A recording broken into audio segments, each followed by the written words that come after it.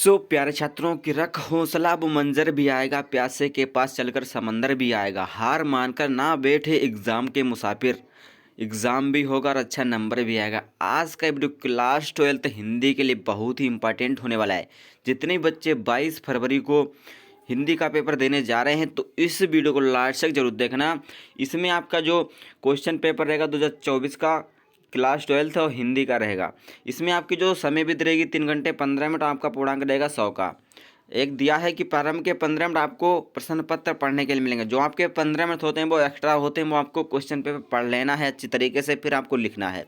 Next दिया है ये खंड जो होगा आपको 2 खंडों में विभाज्य रहेगा प्रश्न पत्र, दोनों के आपको उत्तर देना अनिवार्य है। तो एक शायरी और हो जाए कि लक्ष्य न ओझल होने पाए, कदम बढ़ा के चल, मंजिल तेरे कदम चूमेगी आज नहीं तो कल।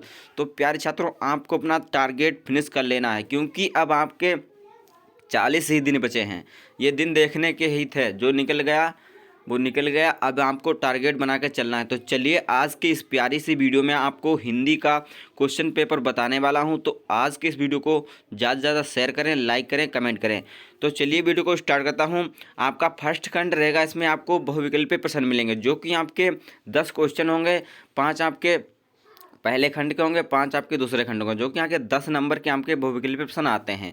तो चलिए वीडियो को स्टार्ट करता हूँ। फर्स्ट क्वेश्चन आपका दिया है कि उक्ति व्यक्ति प्रकरण के रचनाकार कौन है। आपको बच्चों बताने कि उक्ति व्यक्ति प्रकरण के रचनाकार कौन है। फर्स्ट दिया है गोकुलनाथ, या फिर दामोदर दास शर्मा, या फिर नाभादास, या फिर मुंशी सदा सुखलाल। आपको बच्चों क्या बताना है कि उक्ति व्यक्ति प्रकरण के रचनाकार कौन है। इसमें आपका जो राइट आंसर हो जाएगा वो जाएगा दामोदर दास शर्मा जी। जो दामोदर दास शर्मा जी थे वो उक्ति व्यक्ति प्रकरण के रचनाकार थे। नेक्स्ट आपका बताया गया है कि भारतेंदु की पत्रिका है। आपको बच्चों क्या बताना है कि भारतेंदु की पत्रिका कौन सी है। फर्स्ट दिया है कवि वचन सुधा, या फिर सरस्वती, या फिर दिया है मर्यादा, या फिर हंस। आपको बच्चों क्या बताना है कि भारतेंदु युग की पत्रिका कौन सी है। वो आपका राइट आंसर हो जाएगा कवि वचन सुधा। कवि वचन सुधा किसकी पत्रिका है? भारतेंदु युग की पत्रिका है। नेक्स्ट क्वेश्चन आपका बताया गया है कि हिंदी गद्य साहित्य के द्वितीय उत्थान का प्रारंभ हुआ था। जो हिंदी का द्वितीय उत्थान था उसका प्रारंभ कब हुआ था। फर्स्ट दिया है 1918 में, या फिर 1900 में, या फिर दिया है 1936 में, या फिर 1938 में।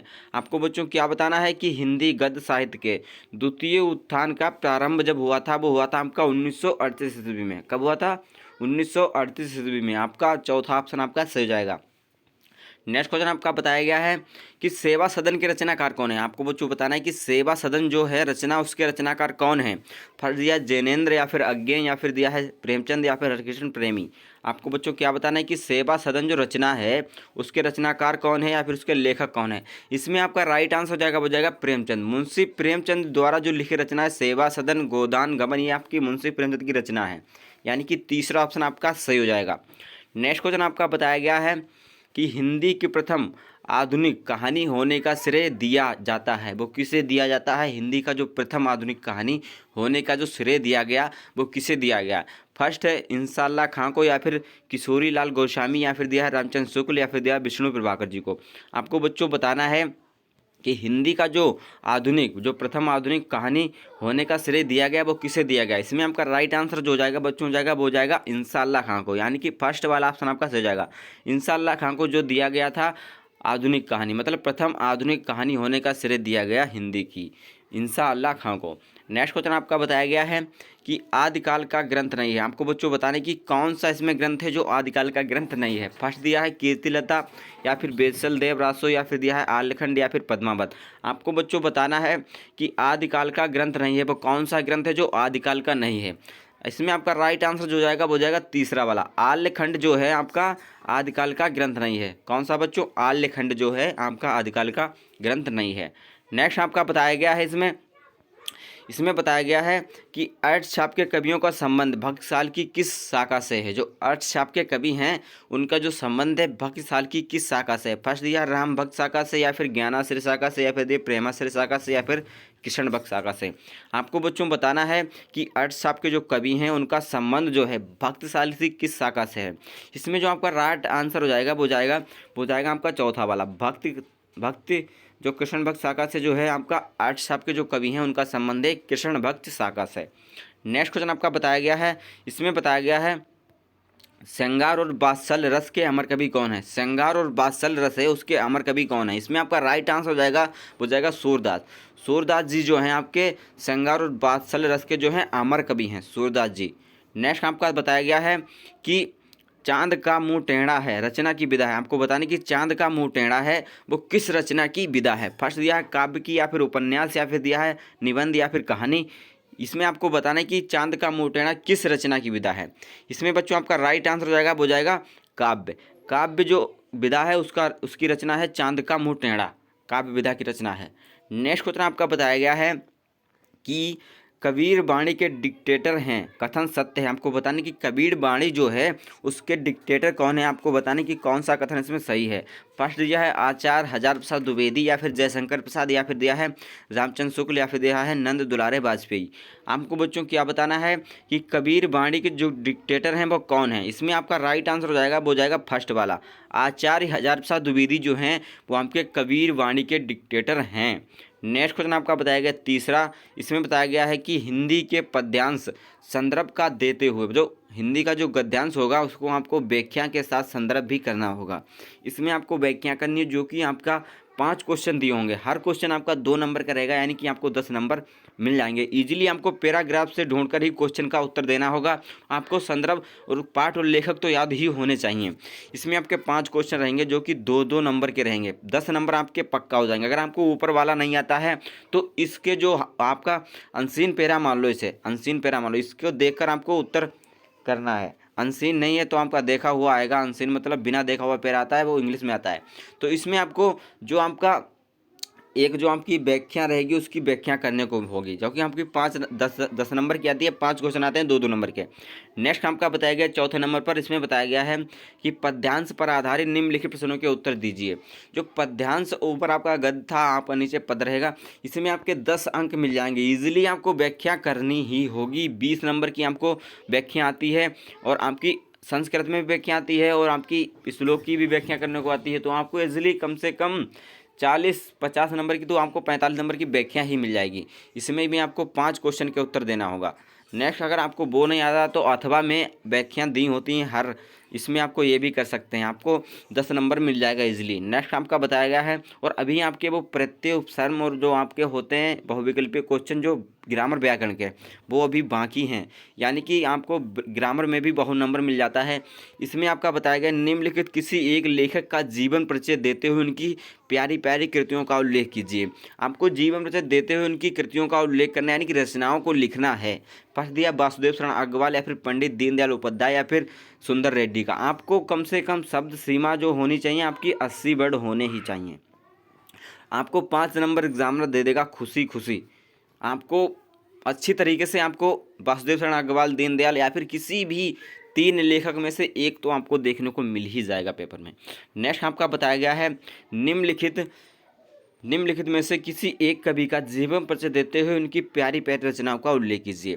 जो आपकी कृतियां हैं उनकी जयशंकर प्रसाद, या फिर दिनकर जी की, या फिर सूर्यकांत त्रिपाठी निराला जी की, या फिर अयोध्या सिंह उपाध्याय हरिऔध की।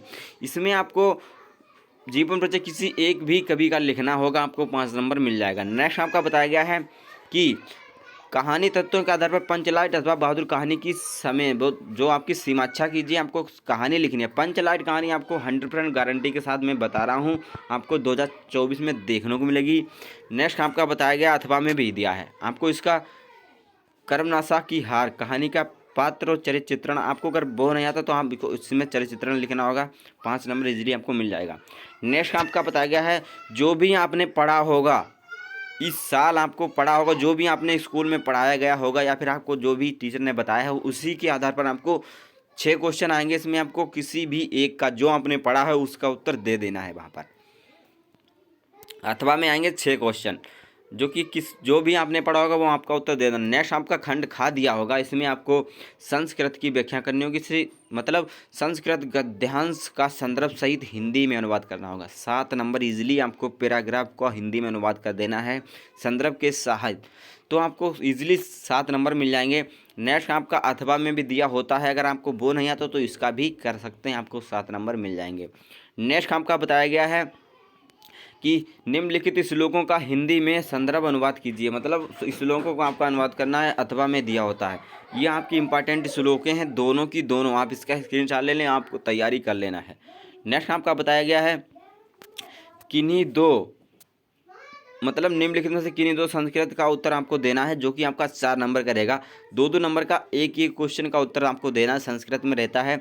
नेक्स्ट आपका दिया है 6 नंबर, ये तो आपके ठोस होते हैं। 10 नंबर पर बताया गया श्रृंगार रस और करुण रस की परिभाषा लिखकर उसका उदाहरण बताइए। श्लेष अलंकार, दृष्टान अलंकार की परिभाषा उदाहरण दीजिए, या फिर चौपाई, छंद, दोहा की उदाहरण आपको बताना है।